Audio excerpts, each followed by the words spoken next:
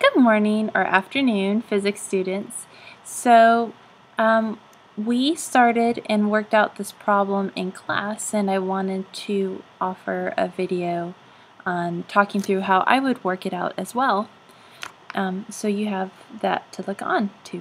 Okay, so let's start.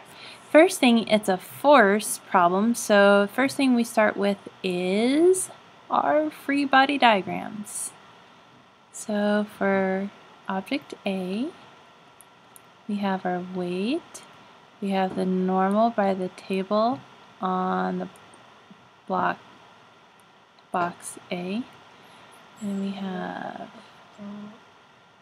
the tension, and then we have friction. And the friction is smaller than the tension by the table on A because the acceleration of A is to the right.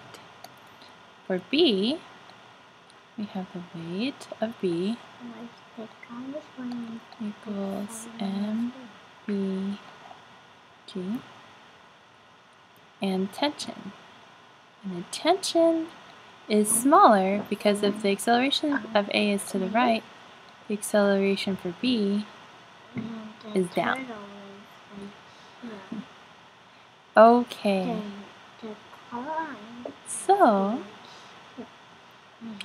now we write our F-net equations. The sum of the forces in the x direction equals mass of A times acceleration equals, so since A is to the right, it would be equal to the force that's going to the right, which is tension, minus the force that's going to the left, which is friction. Now we know the mass of A, we know acceleration because we're given the mass of A and acceleration. We don't know tension or friction. Okay, so let's keep on continuing.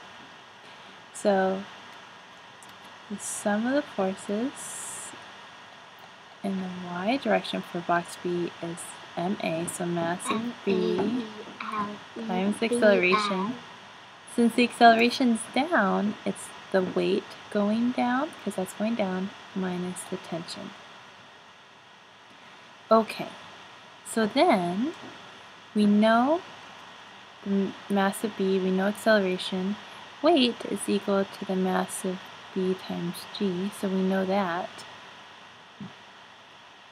So we could just solve this for tension. So we could say mass of B times A minus mass of B times G, so I subtract it from both sides, equals negative tension. And multiply the negative out on both sides. Mass of BG minus mass of BA, so I've distributed the negative, or switched this around, equals the tension. Yay! Okay, so I guess I'm spelling P-O-N-A. Well, I'll guess later. Can you turn it down a tiny bit, please? Thank you. So this is the tension. In terms of all our givens, G is always a given because it's gravity. So, woohoo, we got tension. So now let's solve for mu K. Now that we have tension, we could plug that in right there. So we have mass of A times acceleration equals mass of B times gravity minus mass of B times A minus friction. So let's solve for friction. I could bring friction to this side by adding friction to both sides, and I'll subtract MAA from both sides. Bring that over. So I have friction is equal to mass of B gravity minus mass of B A minus mass of A. Now, friction is equal to mu n. So mu k times the normal equals mass of B gravity minus mass of B A minus mass of A. And the normal in this case is just equal to the weight, which is equal to the mass of A G. So to get mu k by itself, I divide both sides by n. And since n is equal to mg, mass of A times g, we just put this all together. Mass of B A minus mass of A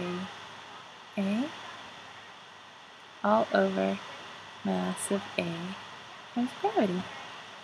And then we are done. Isn't that cool?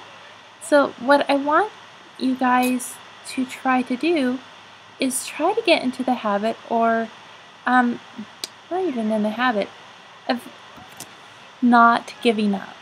I want you to try something new, something that you're not completely comfortable with.